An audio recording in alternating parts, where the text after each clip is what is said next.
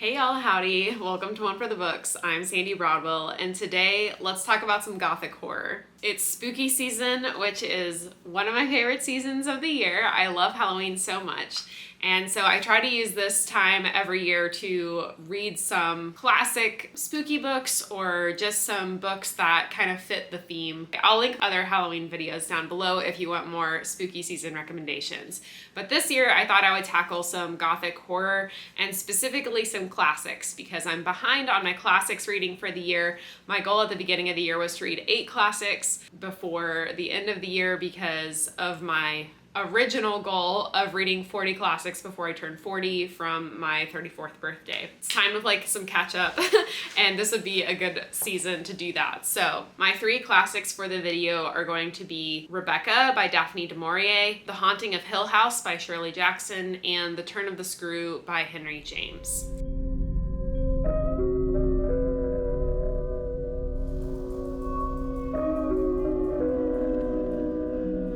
Diving right into my first book of the vlog, which was The Turn of the Screw. I actually just read this yesterday. I didn't realize actually how short it is. It's only like 120 pages. I checked this out on an audiobook from Libby and I had to do a lot of driving for work yesterday. The audiobook was about 3 hours long and I finished it during my work day. So I got to experience the whole thing in one sitting, essentially. That was great. I do think that the audiobook I listened to was good. I thought they did a good job with it. It has that sort of old classic style where the start of the book is like someone telling someone about the story before the story actually kicks off, and they had a separate male narrator for that part, and then it switches to the female narrator for the remainder of the story because the rest of the story, the real story, is sort of diary entries from this governess. What is The Turn of the Screw actually about? It is about a governess that is hired by a man who has inherited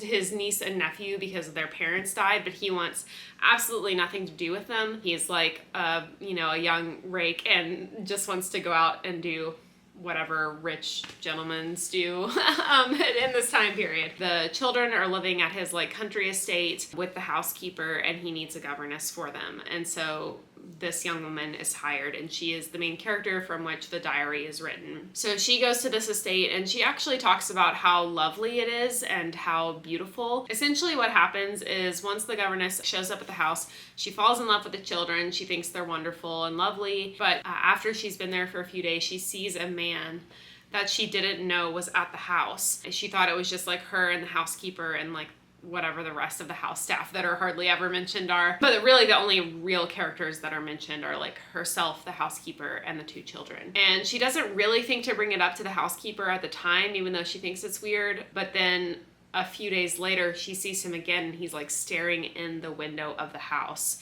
And so that obviously like fully freaks her out. She feels like evil vibes off of this man. So she talks to the housekeeper about it and the housekeeper's like, well, did you know him? Like, who was it? And when she starts to describe him, the housekeeper kind of freaks out and she says that this is the like valet or something who died. It's a ghost. We find out later that this valet was sexually abusing the little boy that she is taking care of. So that's not good. There's additionally later she sees another ghost, and this is the ghost of the previous governess who also died. So there's 2 separate ghosts. They both have malicious intent towards the children, and this governess wants desperately to protect these children from these evil spirits. The story is just about her trying to do that and not really knowing how. That's pretty much all I can say, I guess, without giving away spoilers, but it is a classic, so I'm not sure how much spoilers truly matter since this book has been out for well over 100 years. But to summarize, I thought this was interesting. I thought the audiobook was well done. It was easy to listen to. I do think it doesn't really hold up to what I would consider modern horror standards, just because of like sort of the obvious weirdness of like me explaining it out loud of like, oh, there's this ghost, but there's also this ghost, and they have the exact same like evil malicious intent, one of them for the little boy and one of them for the little girl, and like there's just some kind of like plot weirdness like that I think a modern reader would be like, well, why couldn't this have just been one thing? Maybe it wasn't as heavily scrutinized back then. But I do think that the overall storytelling was really well done, and it was interesting to see one of these classics that has set the standard for what horror does. And I thought the ending of it was really good, and I ended up giving this about 3 stars. It was absolutely worth listening to, and I'm glad that I read it, but I'm not going to be like rushing out to recommend that everyone read it necessarily. So that was The Turn of the Screw by Henry James, and I will check in with you guys when I start on the next book. Hey y'all, good morning. I just woke up and I wanted to go ahead and give an update because it is highly likely I'm going to finish this book very soon. I am, according to my ebook, 69% of the way through The Haunting of Hill House. Now that's not entirely accurate because the first 8% of this book were one of those classic introductions that talked all about who Shirley Jackson was and why this was such a magnificent piece of work. Which I just skipped through without reading. So The Haunting of Hill House is a classic haunted house story written by Shirley Jackson in 1959. And I am having a great time. There are 4 main characters in this story. It starts off with the professor. The reason they're all here is because there is a man who has tried to study paranormal activities. Of course, there's no official science behind paranormal activities, so he has a PhD in anthropology, and he doesn't really ever tell his colleagues what he's really studying. But he has been trying to find a legitimately haunted house for much of his career, and he finds Hill House, or he hears about Hill House. He painstakingly looks for other people who have experienced paranormal activities. He researches those paranormal activities and then kind of eliminates people that seem like it was too hokey or they were just saying stuff for attention. But he ends up reaching out to 7 or 8 people across the country via letter and saying hey, I'd like for you to join me for this experiment, this scientific study. Out of those, 2 people join him. Though one of them is a woman named Eleanor, and the other one is a woman named Theodora. And then the third person who joins him in the house is a man of the family who owns the house. They wouldn't let him rent it without someone from the family actually staying there, and the man is the one who will eventually inherit the house. There's also the kind of groundskeeper caretakers of the house, which is an older couple. They're very unfriendly, but the woman is who they interact with because she comes in every morning and makes food for them and cleans up after them and then leaves again before dark. And she's very only talks to them in relation to what her rules for the house are, and she's very unhappy about them being there. But it's pretty classic haunted house stuff where the doors close automatically. Everything about the house seems wrong, and they realize as they're there that every angle is not quite square. The dimensions are all wrong. Looking out one window, you think you'd be able to see the tower because you assume everything is a rectangle in a normal house, but you can't actually see the tower from where you should be able to see it from. When the people all get to the house, they're okay, we came, but why are we here? And the professor tells them that he basically just wants them to take notes. He was here's the history of the house. I don't want to color your expectations because I don't know what to expect either. I just want us to experience what's going to happen and take notes about it so that I can study it further. They find, of course, a cold spot in the house that's significantly colder in this one small section than the rest of the house, and they try and measure it. Now they've been there at this point in the book for, I want to say, maybe 3 days, and Eleanor's the main character. It's told from her perspective. Her name has been written on the walls in blood. There's been a few other creepy things that have happened, knocking on the walls at night and stuff, but I think at this point in the book, I'm getting ready to start chapter 6. Definitely the creepiest thing so far just happened, which was that her and Theodora are staying in the same room together now because of something that happened earlier. and she could hear voices in Theodora's old room, but Theodora was laying in the bed next to her, and she reached over and grabbed Theodora's hand, and they were both really tightly like clinging to each other's hands, and it was dark and they couldn't see, and they could hear like these awful voices. And then when Eleanor finally like says something, Theodora, like, she realizes she's not actually holding Theodora's hand. And that was pretty creepy. So I don't really want to give too much away, but I am really enjoying the writing.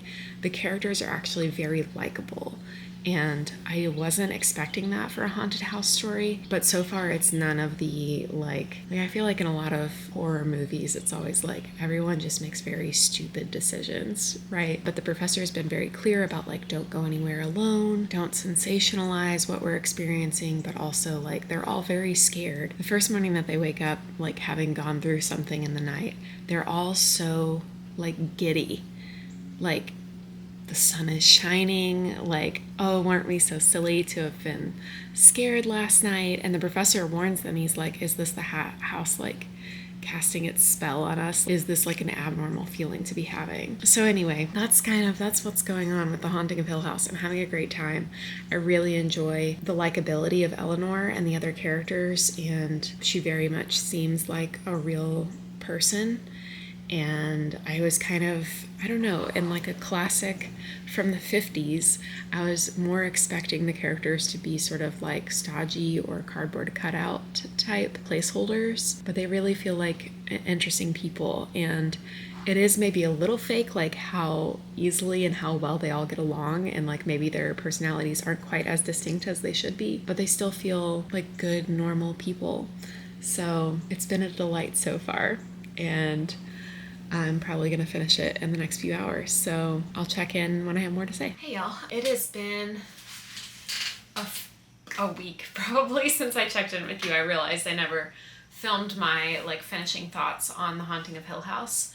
I will say my enjoyment of the book definitely lessened in like the final third, and it went from like an interesting story about a young woman like trying to fight her fears to like a fever dream of her just being like consumed by the house. It was a little unclear to me like when the shift in the narrative came, and so I found the change in style of how the book was written to just be a little bit jarring, and it could just be my unfamiliarity with horror in general. But I still think the book was very well done. I think it is a very well-deserved classic. It was a fun read, and I think this could have been solved by it just being like longer. Like if there had been more in the last like third to half of the book, I think I would have been more satisfied. I wanted a little bit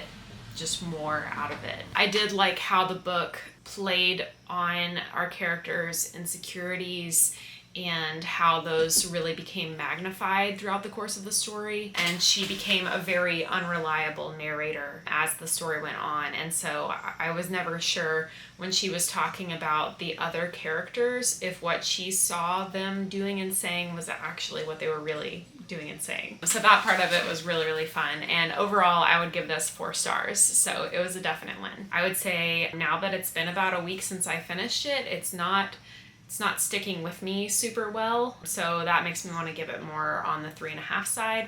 3.75 I think sounds right. And now I'm ashamed to show you this book. This is Rebecca, and since I have started reading it, the cover has fallen off. To be fair, I think this edition is from the 1970s. Oh, this edition in particular was printed in 1969, even though the book itself was originally published in 1938. Still, this is a very, very old copy of this book, and I did find it in a little free library at one point, so it was already in pretty rough shape when I got it, but I certainly didn't think it was in so rough of shape that the cover was gonna fall off while I was reading it. So I still have the cover. Once I'm done reading it, I will tape the cover back on so that I can keep it in as good a shape as I can, but I was like, I don't want to tape it back on and then like mess it up while I'm reading it even more. Anywho, I have started Rebecca, and I am on page 164 out of 380 in this edition.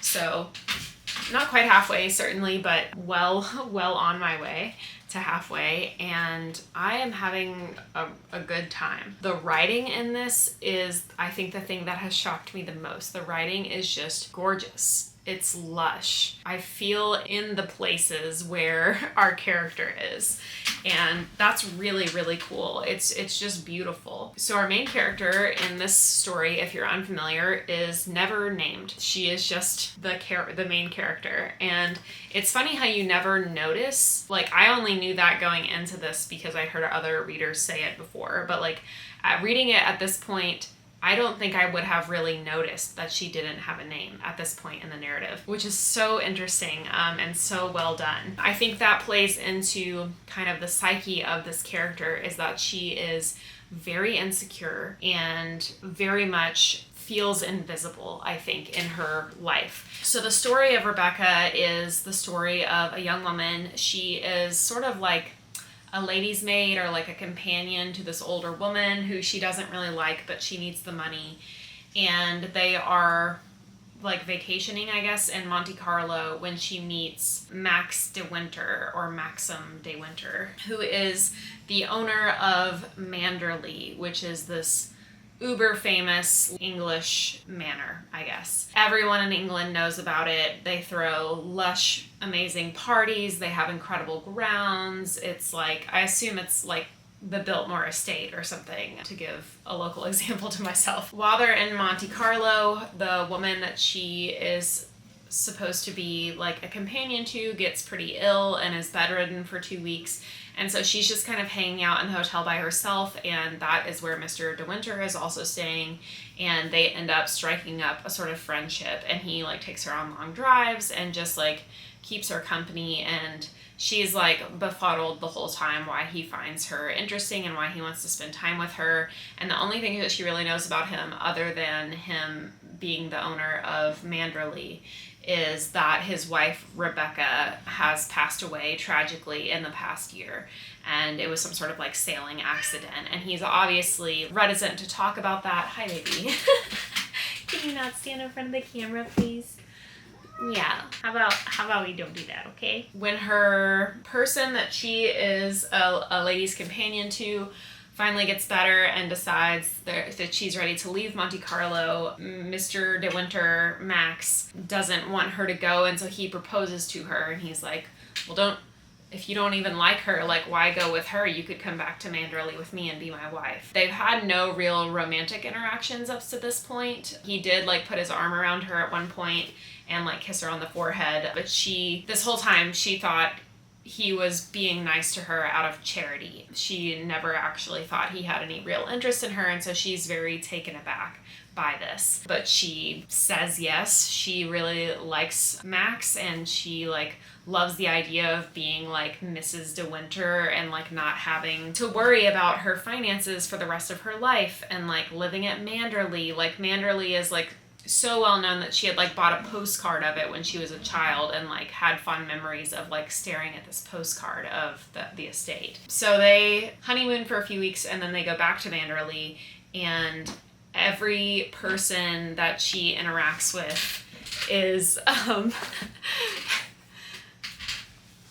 just so surprised that she is nothing like Rebecca, which is the former Mrs. De Winter, I guess the late Mrs. De Winter. And so now our main character is Mrs. De Winter, but they got married less than a year after Rebecca died, and Rebecca was this incredible, magnanimous figure that again threw all these amazing parties and was like the talk of the town. She was beautiful, she was elegant, she was graceful, you know, like everything you could imagine. Like, she was the it girl. And our main character is super shy and quiet, and she's not from the same like level of society that all these people are that she's interacting with now. She is a much lower class person, and so she doesn't even really know like what's expected or how to behave, and she just feels like a total outcast. She feels like an outsider, and she's fascinated by this Rebecca person. All the servants in the house expect her to act the way Rebecca acted, and they set up all of these routines and rituals for her that Rebecca used to do, and she's just expected to kind of follow through with that behavior. But at the same time, Max, her husband, has like set up their bedroom in a complete opposite wing of the house, and he never takes her down to the boathouse where Rebecca's boat was kept, and because she died in a sailing accident. And he like refuses to talk about her at all, but it's all anyone else can talk about. They're obsessed with Rebecca, and all of it just contributes to our main character's sense of insecurity and this idea that she is somehow like fulfilling a role that she doesn't quite understand. And she says several times in the story that she feels like Max, her husband, has the same feelings for her of fondness that you would have for like a pet. He's like happy that she's there and that she's happy, but that he doesn't love her the same way that she loves him. It's not feeling really like sinister at all, which I was expecting at this point, but I'm expecting maybe that will kick up here in the last half of the book. There's definitely like some creepy imagery, I guess, but nothing overtly sinister has happened. This doesn't sound like a book that I would normally like, but every time that I let myself pick it up, I'm like totally absorbed. So I'm gonna get back into it, and I will check in with you guys when I finish Rebecca. Okay, y'all, we've made it. We're at the end of the vlog because I just finished Rebecca and then I doctored it up a little bit, so it's taped back together now. This is the best classic I've read so far this year, and this is the 6th classic that I've read so far this year. High praise. This is much better, much different than I really expected, and I knew it was going to be really good because a lot of people still talk about this book and read it every year and rave about it, but I just tend to not be drawn towards books like this, and it's by far the best book of this vlog.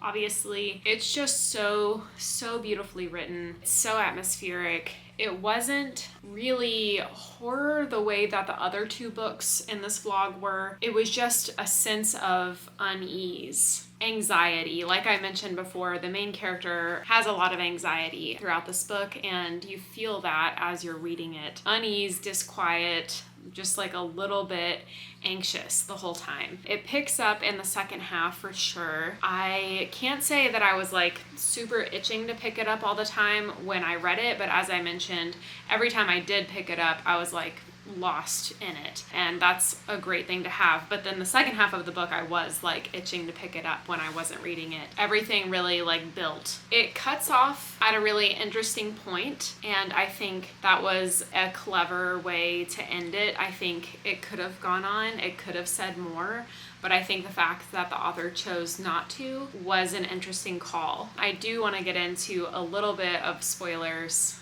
and by a little bit I mean a lot. I want to get into spoilers to talk about some things that I found really interesting about this book, but I can't talk about them without revealing what they are. You've been warned, spoilers starting now. So what happens at the end of this book is that our main character, she finds out that Rebecca did not drown in a sailing accident. Her husband tells her he murdered Rebecca and then sank her boat out in the bay so that everyone would think that she had drowned.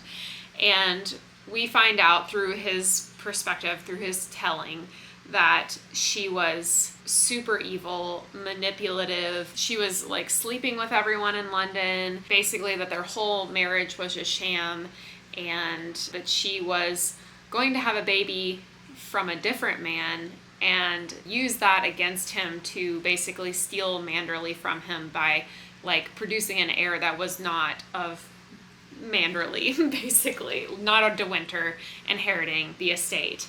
And he murders her. Which is like, okay, like, not unexpected, I guess. But the thing that really gets me is that our girl never bats an eye about this.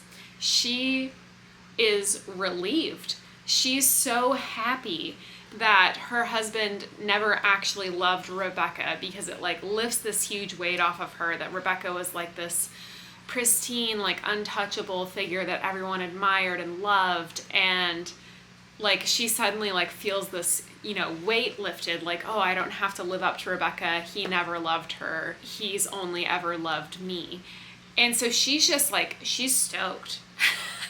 She's stoked to find out that her husband murdered his ex-wife, or his late wife. And I just can't, like, I can't fathom it. First of all, like, wow, what a world in which, like, murdering your wife was easier than the shame of divorce and the talk that would come from that. What a world.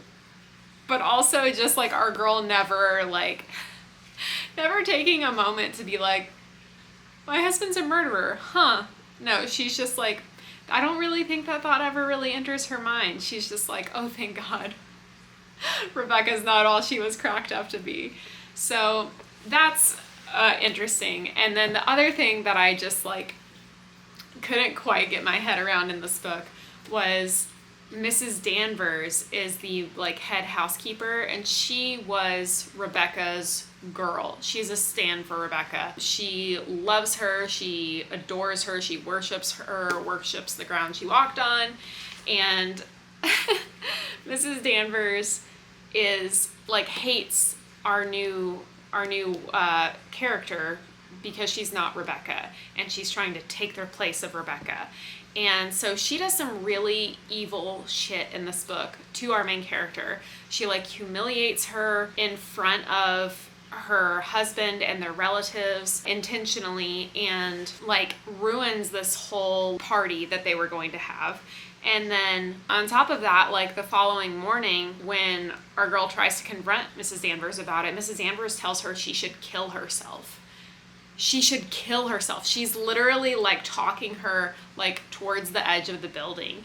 And never once in this narrative does our main character be like, maybe I should fire this housekeeper. Like, I just don't understand. Like, that would have been an instant like, okay, yeah, you get the fuck out of here.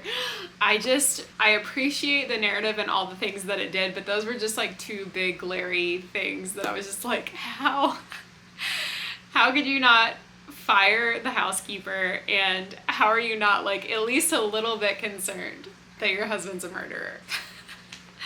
Okay, so done with spoilers. I am giving this a 4.5. Like I said, it was a bit slow on the uptake for me, but I did thoroughly enjoy it. One of the best classics I've read in a very long time. Hopefully someday I will own a much nicer edition of it that is not falling apart. So to wrap up the vlog, my ranking of these three books would definitely be number 1, Rebecca. I'm sure is no surprise to you, the ranking if you've been watching the whole video, but Rebecca, tip top, 4.5 stars. Then I would have The Haunting of Hill House at like a 3.5 star, I think. And then, unfortunately, The Turn of the Screw is somewhere in the 2 range. The further I've gotten away from it, the less that I like it, because the parts that I remember about it are just the parts that I didn't really like. So it's getting bumped down from, I think I originally rated it a 3-something. It would be probably like a 2.5.